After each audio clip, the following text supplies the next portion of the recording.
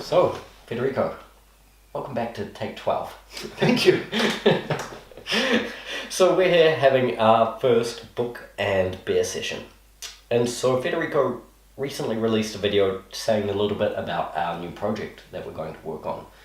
And we thought we would dive into that and give you a teaser or a tester on what's going to be in the book. So, Feda. Yeah.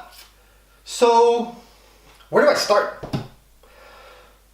The truth is, if we're really deadly honest, we don't really know what's going to be in the book. Oh. Yeah. No, nor do we know what's it going to look like once it's done. And that's a really exciting thing, right? Because that helps us implement and use and leverage design thinking within the actual creation of this project. Right? Sounds really fascinating. Yeah, and so, for example, in design thinking, we always talk about this unknown unknowns. And so the question is, how do you get to the unknown unknowns, or how do you explore that area?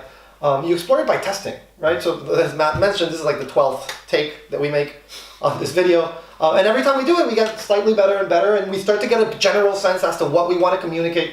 And that's exactly going to be the philosophy of the actual book. And in doing so, we're going to have a very strong human focus, in which we're not only going to be interviewing a lot of really interesting personalities and leaders and decision makers, but we're also going to invite the public to help us think through what would make the most creative and interesting and useful design thinking book in Norway possible. So very quickly, give me 3 areas that you want to focus on. Yeah, absolutely. One, national culture and design thinking, right? So how does design thinking adapt to the Norwegian culture, and how does the Norwegian culture adapt to the methodology, right? That's one really important thing, because right now we understand design thinking as a philosophy or mindset that works really well in places like Silicon Valley. The question is, how does it work in Oslo, or in Tromsø, or in Trondheim, or Bergen? That's one. Two, I'm really interested in understanding how large organizations, particularly corporates, are bringing this method on board. We've had the chance to work with a lot of the companies here in Norway, and this project is going to be our chance to dig deeper as to is design thinking something that's communicated top down, right? Does the leadership really need to anchor it from the top for it to be adopted, or is it something that bubbles from the bottom up, right? Or do you need both in organizations? So that's another area that I really want to explore.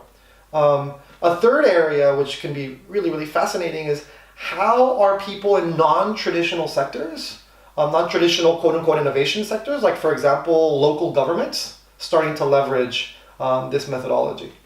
And if I can include a fourth topic, I would love to take the design thinking methodology just a slightly step forward and explore kind of the stuff that gets us really excited.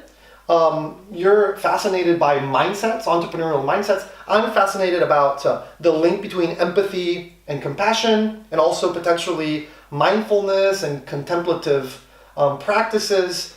And so it'd be really interesting to combine our passions, our interests of the future of design thinking, and at the same time integrate it to the Norwegian context.